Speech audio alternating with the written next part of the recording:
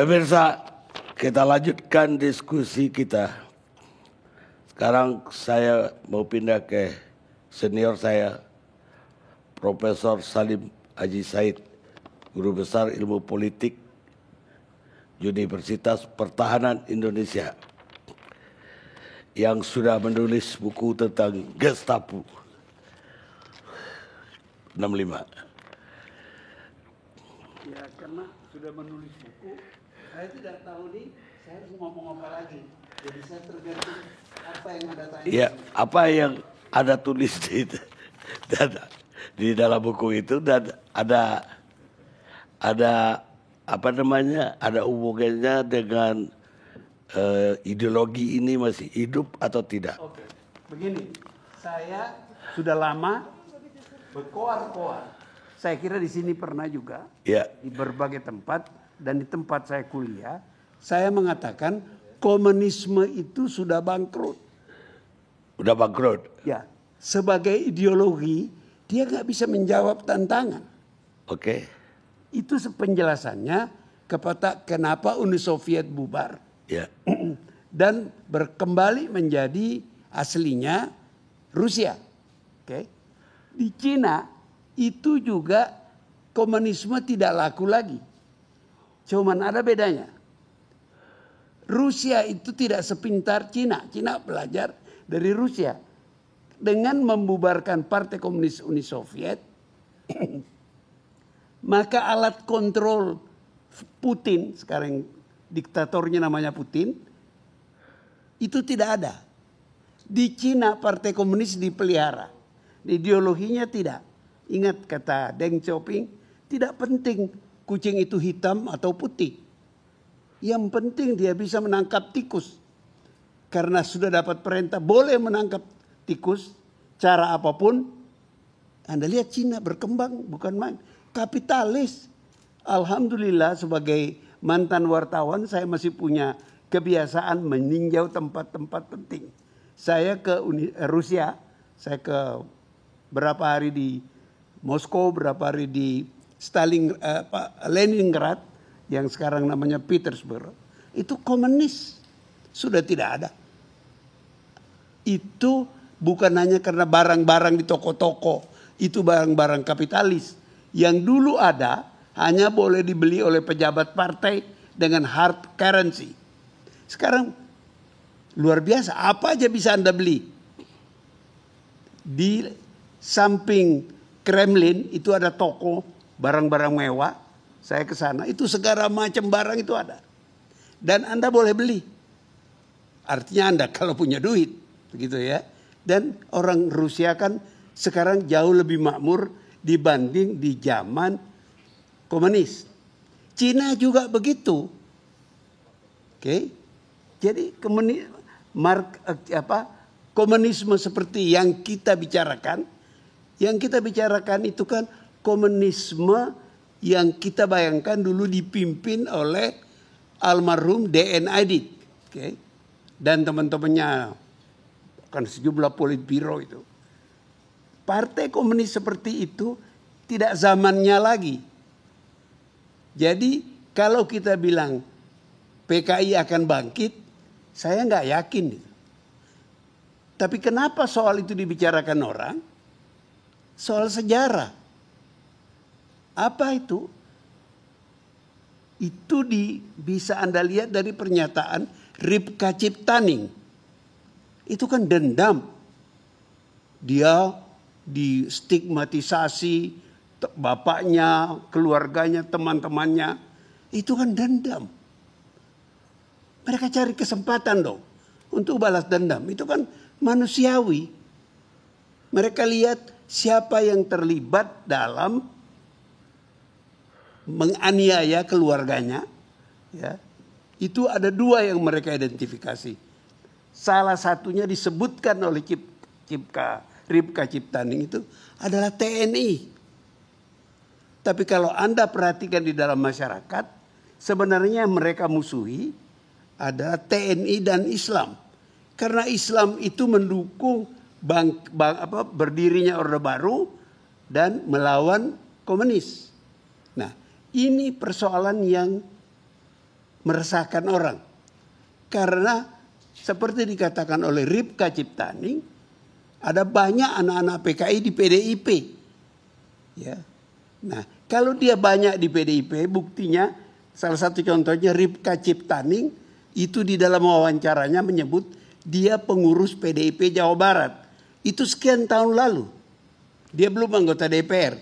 Sekarang dia setahu saya sudah anggota DPR RI. Artinya kalau dulu dia menyebut 20 juta atau 15 juta, hampir 20 tahun kemudian sudah berapa banyak anak-anak PKI itu. Oh, tidak semuanya dendam.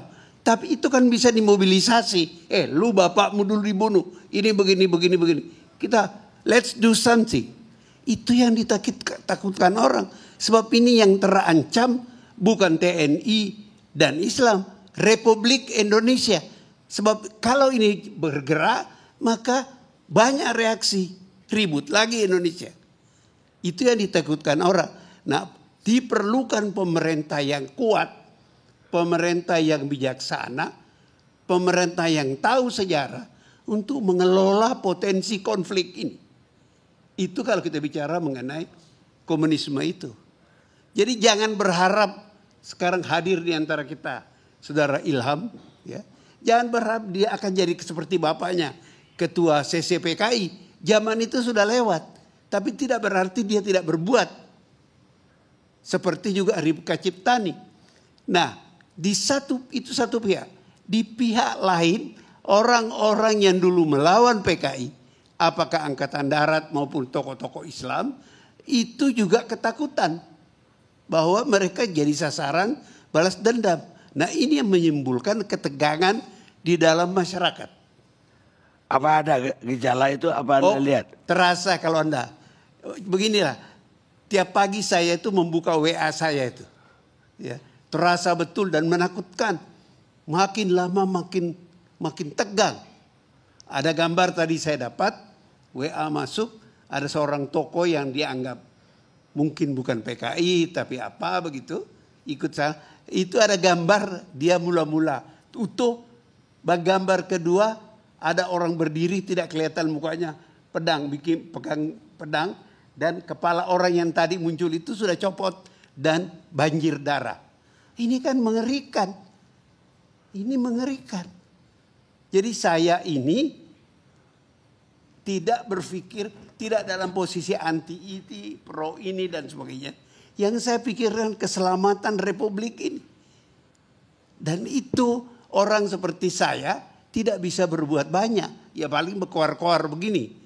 Yang bisa berbuat itu pemerintah Indonesia. Itulah gunanya pemerintah itu. Memerintah dengan mengerti sejarah, mengerti persoalan-persoalan yang terjadi di negeri ini sebelumnya. Kalau dia nggak mengerti, ya ini kayak ini terjadi. Saya sebagai guru besar, salah satu yang harus saya jelaskan di kelas-kelas saya mengajar, apa betul ada Gestapo itu? Apa betul bukan Soeharto yang terlibat? Sebab ada cerita itu yang dulu bisa diredam. Sekarang dengan adanya kebebasan, orang bisa memakai itu menyebarluaskan. Sehingga banyak orang yang kacau. Dalam rangka itu menurut saya bisa mengerti kalau Gatot Nurmantio menyerukan pemutaran film itu, terutama untuk prajurit. Saya ini udah 20 tahun mengajar tentara. Termasuk Gatot Nurmantio. Muldoko itu bekas murid saya di Sesko TNI. Dan sekarang saya masih, murid-murid saya kolonel masih banyak. Saya masih mengajar di Sesko Angkatan Laut, Sesko TNI, Sesko Angkatan Udara. Dan setiap break kuliah saya ngobrol sama mereka. Dan saya tahu apa yang pikiran-pikiran, masalah-masalah yang mereka hadapi. Mereka tidak tahu sejarah. Dan seruan Gatot itu seruan pembelajaran sejarah. Nah, ada hal baru lagi. Sekarang ramai lagi. Katanya ilmu sejarah mau dihapuskan, pelajaran sejarah.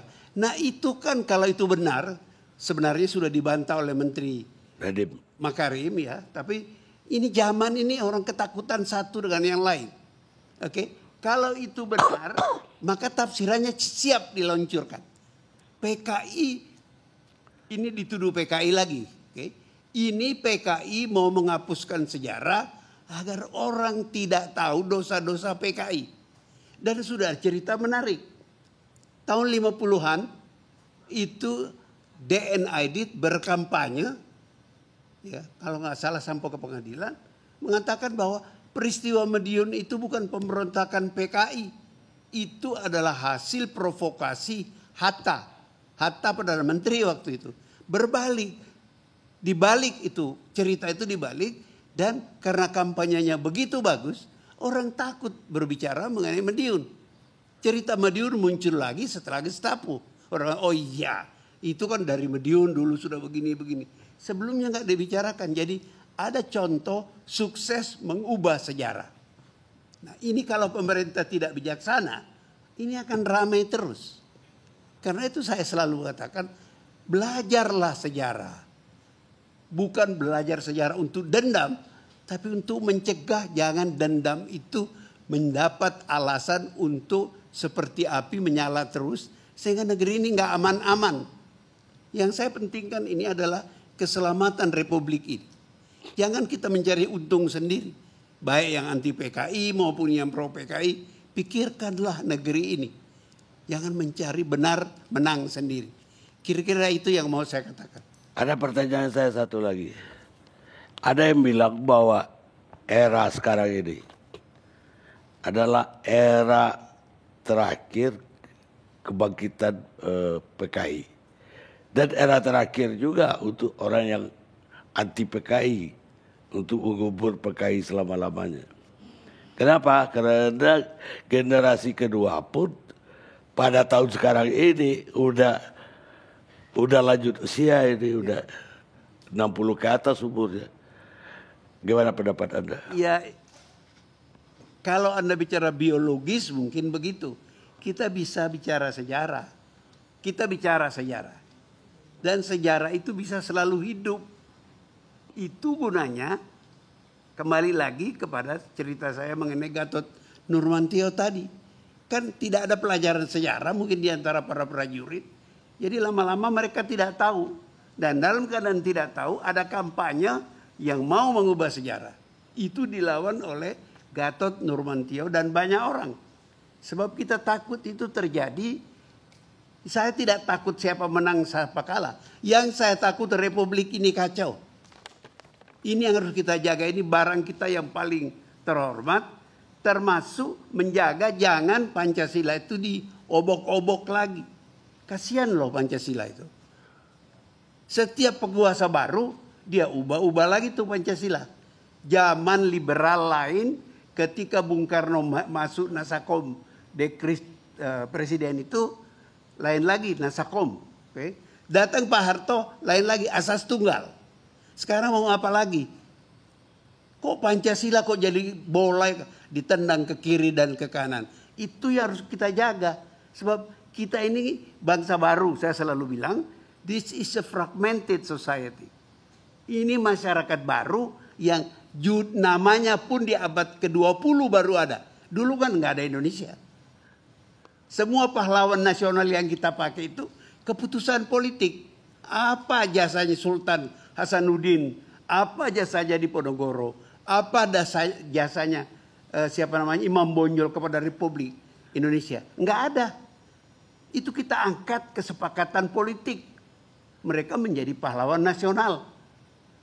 Tapi sebenarnya Indonesia itu, gagasan itu adalah fenomena abad 20. Memuncak ketika Sumpah Pemuda. Sepakat kita. Tapi kita sepakat mau merdeka. Sepakat mengatur Indonesia itu sampai sekarang juga belum selesai. Nah kalau kita nggak pintar-pintar, bubar ini Indonesia ini. Karena itu saya selalu bilang, jangan sibuk teriak NKRI harga mati. Pancasila harga mati. Tidak, NKRI Pancasila harga hidup. Setiap zaman itu harus kita hidupkan supaya kita tidak ribut sendiri dalam menafsirkan. Kira-kira begitu. Baik, terima kasih Profesor.